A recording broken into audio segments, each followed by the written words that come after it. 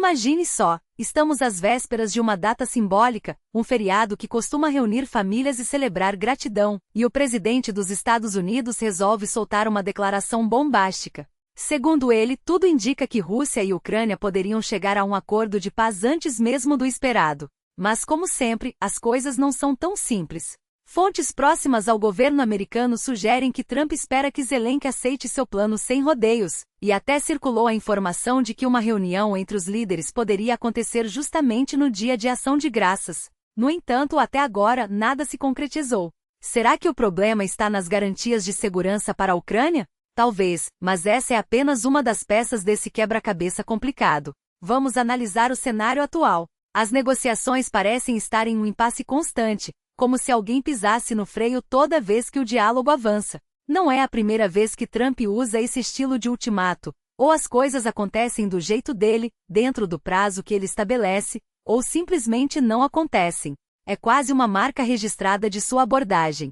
E convenhamos, quem está acostumado com essa dinâmica já sabe que os prazos podem ser adiados ou antecipados conforme a conveniência do momento. Mas aqui está um ponto crucial. Apesar de todos desejarmos o fim dessa guerra, especialmente um acordo que respeite os interesses da Ucrânia, vítima de uma agressão brutal, o atual impasse pode não ser tão ruim quanto parece. O pior cenário seria uma aliança entre Trump e Putin, impondo condições humilhantes e inaceitáveis para Kiev. Felizmente, até agora não vimos isso acontecer. Pelo contrário, Trump sinalizou que tem outros planos e que não há pressa em fechar um acordo. Enquanto isso, Putin, em sua recente coletiva de imprensa, deixou claro que não haverá paz enquanto as tropas ucranianas não abandonarem os territórios que Moscou considera seus, especialmente a região de Donetsk. É uma posição inflexível, que ignora a realidade no terreno e reflete a arrogância de quem acredita estar vencendo a guerra. E não é só isso. Há um clima de tensão dentro da própria administração americana, com disputas internas sobre quem realmente conduz as negociações. Enquanto isso, surgem questionamentos sobre o papel de Sergei Lavrov, o ministro das Relações Exteriores da Rússia. Recentemente ele não participou de uma importante reunião da OSCE, algo inédito desde 2022. Será que foi afastado?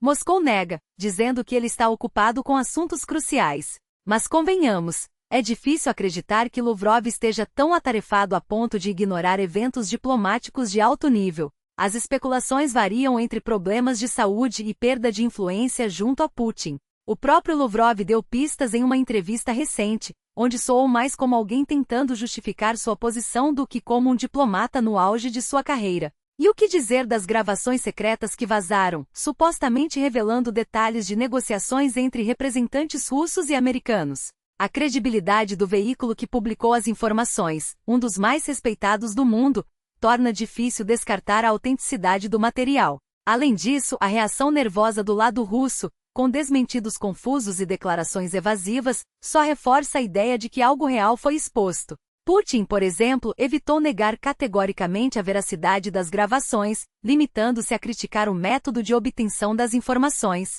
Isso diz muito. No fim das contas, o que temos é um jogo de xadrez onde cada movimento é calculado, mas ninguém parece disposto a dar o checkmate. A Ucrânia resiste a ceder territórios, a Rússia insiste em suas exigências absurdas, e os Estados Unidos oscilam entre a pressão e a hesitação. Enquanto isso, o mundo assiste, esperando que em algum momento a razão prevaleça sobre a teimosia. Mas por enquanto, a paz parece mais distante do que nunca.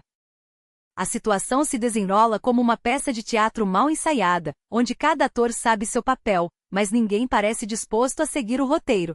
Putin exige que uma delegação americana viaje até ele para justificar-se diante de um público já escolhido a dedo, um espetáculo montado para consumo interno, onde a Rússia dita as regras e os Estados Unidos, por sua vez, oscilam entre a submissão e a resistência. E enquanto Moscou anuncia com pompa a chegada de negociadores, o que vemos é uma encenação grotesca. Em vez de diplomatas sérios, enviam figuras como Medinsky, um propagandista cuja especialidade é reescrever a história, não construir acordos. Medinsky não é um negociador, é um instrumento de desinformação, um homem treinado para convencer a Ucrânia de que ela nunca existiu, ou, no mínimo, de que sua existência é negociável. Colocá-lo à mesa com os americanos não é um gesto de boa-fé, é um sinal claro de que a Rússia não tem intenções reais de paz. É como enviar um bombeiro para apagar um incêndio com gasolina. E o mais irônico, os Estados Unidos sabem disso. Sabem que essa reunião não passará de um teatro de sombras, onde Putin dirá o que quer ouvir e os americanos fingirão acreditar porque, no fundo, o que está em jogo não é a Ucrânia, mas o equilíbrio de poder global. Porque, vejamos, há uma divisão profunda dentro da administração americana. De um lado, aqueles que enxergam a Rússia como um peão no xadrez geopolítico, um país que precisa ser mantido à distância da China, mesmo que para isso seja necessário fazer concessões humilhantes. Para eles, a Ucrânia é um dano colateral, um preço a pagar para evitar que Moscou caia de vez nos braços de Pequim. É uma lógica fria, calculista, que trata vidas humanas como fichas em um jogo de tabuleiro. Do outro lado, há os que entendem que a guerra na Europa não pode ser normalizada, que ceder hoje é abrir precedentes para conflitos maiores amanhã. Esses são os que ainda acreditam que a paz não se constrói com rendições, mas com firmeza. E Putin?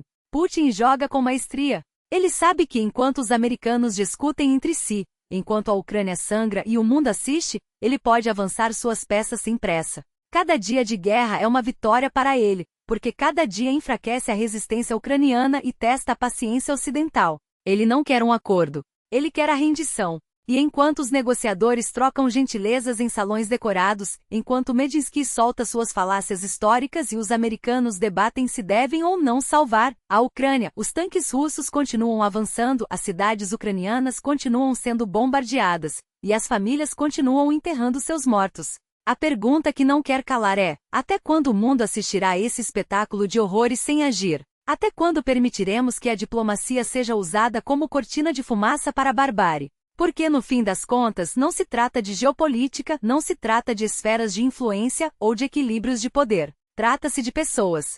De crianças que crescem em abrigos, de idosos que morrem sob escombros, de soldados que lutam por um país que muitos no Ocidente já consideram perdido.